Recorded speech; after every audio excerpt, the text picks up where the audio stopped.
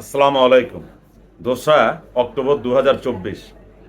আজকের আলোচনার বিষয় হলো অন্তর্বর্তীকালীন সরকারের প্রধান ডক্টর ইউনূস সাহেব যেন তারেক সাহেব অর্থাৎ তারেক জিয়ার পরামর্শ মেনে নেন। এই কথাটা হয়তো অনেকের কাছে একটু অবাক লাগতে পারে, কিন্তু আমি বাস্তবের আলোকে কথাগুলো বলতে চাই। সারা দেশে মোটামুটি একটা তালগোল পেকে গেছে। কোথাও সমন্বয়কের বাবারা গাছ কেটে ফেলে, কোথাও সমন্বয়কের পরিচয়ে মানে বিভিন্ন অফিস আদালতে তদবির করা হচ্ছে। সত্য মিথ্যা জানি না, তবে ব্যাপক সংবাদ আসছে, হয়তো ক্ষুদ্রতম হলেও সত্য হতে পারে, যে উপদেষ্টা পরিষদ নিয়ে বর্তমানে এই সরকার চালিত হচ্ছে, এদের সংখ্যা একেবারে অল্প। এক একজনের মাথার উপরে 10টা 12টা করে বা 9টা করে মন্ত্রণালয়, যেখানে একটি স্বাভাবিক রাজনৈতিক সরকারের 50 থেকে 52 বা অন্তত 45 থেকে 50 জনের মতো মন্ত্রী পরিষদ দিয়ে মন্ত্রী পরিষদ চালাতে হতো। সেখানে 9 জন লোক কিভাবে এতগুলো মন্ত্রণালয় সামাল দিবে, এটা বিবেচনার বিষয়। আপনি যেভাবে বলেন এই 9 জনকে দিয়ে মন্ত্রণালয় চলবে না। এখন যেখানে সেনাপ্রধান বলেছে 18 মাস, ধরলাম আরো 2 বছর পরে নির্বাচন হবে, অন্তত ইউনূস সাহেবের উচিত এই 2 বছরের জন্য হলেও একটা অন্তর্বর্তীকালীন সরকার যে কাঠামো দাঁড় করিয়েছেন সেটাকে জাতীয় সরকারের রূপ দেয়া। তারেক রহমান বারবার এই কথাগুলো বলছেন। তারেক রহমান হলো এখন দক্ষিণ পূর্ব এশিয়ার একজন বিচক্ষণ রাজনীতিবিদ। আপনারা যে যে দলই করেন, যে মতের হন, আপনাদেরকে স্বীকার করতে হবে যে তারেক রহমান একজন পরিপক্ক এবং একজন সচেতন এবং বিচক্ষণ এবং দূরদর্শী একজন রাজনীতিবিদ। তিনি তার নিজের দল এবং রাষ্ট্রের যে কাঠামো আছে, তিনি সব কিছু সুন্দরভাবে অবজার্ভ করছেন। নিজের দলকেও তিনি পরিচালনা করছেন, পাশাপাশি রাষ্ট্রের যে কাঠামো আছে এই কাঠামোর দিকে তিনি তীক্ষ্ণ নজর রাখছেন।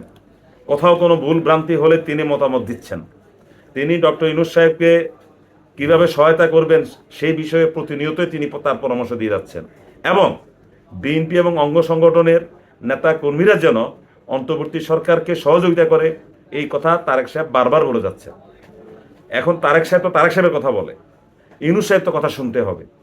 আমরা ইতিমধ্যে দেখেছি গার্মেন্টস সেক্টর, এটা যে একটা হিজিবিজি অবস্থা, পাহাড়ে একটা হিজিবিজি অবস্থা। এখন এই যে বিভিন্ন জায়গাতে বিভিন্ন ধরনের সমস্যাগুলো সমাধান করার জন্য কোনো রাজনৈতিক ব্যক্তি এগিয়ে আসে না। পুলিশ ডাকলে পুলিশ নাই, সেনাবাহিনী ডাকলে কয়েক ঘন্টা পর সেনাবাহিনী যায়। তাহলে যে সামাজিক যে কাজগুলো, রাষ্ট্রীয় যে কাজগুলো, সোশ্যাল যে কাজগুলো, এই কাজগুলো অনেকটা স্থবির হয়ে আছে।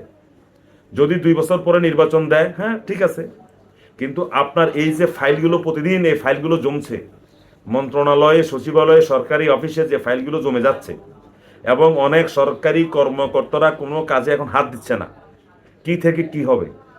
তাহলে এই যে রাষ্ট্রের যে একটা জমাটবদ্ধ অবস্থা, দমবন্ধ অবস্থা সৃষ্টি হচ্ছে দিন দিন, এটা থেকে তো আমাদেরকে বের হতে হবে। ক্ষমতায় যেই থাকুক, আমাদেরকে তো এটা থেকে বের হতে হবে। সবচেয়ে ভালো হয় ডক্টর ইউনূস সাহেব, আপনি তারেক সাহেবের পরামর্শ গ্রহণ করুন। তারেক সাহেব যে কথা বলেছে যে একটা জাতীয় সরকার গঠন করার জন্য, আপনি জাতীয় সরকার গঠন করুন। প্রয়োজনে আপনি অন্তর্বর্তী সরকারের প্রধান থাকুন, বা এই জাতীয় সরকার গঠন হলে আপনি প্রয়োজনে রাষ্ট্রপতি থাকুন, কোনো সমস্যা নেই। আপনাকে নিয়ে আমাদের কোনো সমস্যা নাই এ পর্যন্ত। আপনাকে রেসপেক্ট করেই বলছি, দয়া করে, মানুষের হাত পা সব অবশ হয়ে আসতেছে। অনেক জায়গায় মানুষের ধৈর্যের সীমা অতিক্রম করছে। মব জাস্টিস বা একটা নৈরাজ্য যেখানে সেখানে চালু হয়ে গেছে।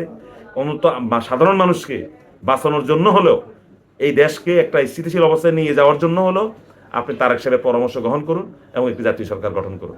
ধন্যবাদ সবাই।